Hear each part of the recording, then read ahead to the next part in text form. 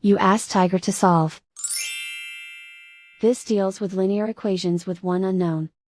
The final result is W equals 4. Let's solve it step by step. Group all W terms on the left side of the equation. Add 2W to both sides. Simplify the arithmetic. Group like terms.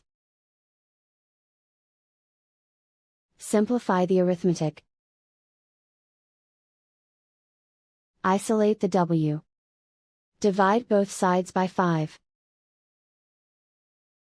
Simplify the fraction. Find the greatest common factor of the numerator and denominator. Factor out and cancel the greatest common factor. And so the final result is W equals 4.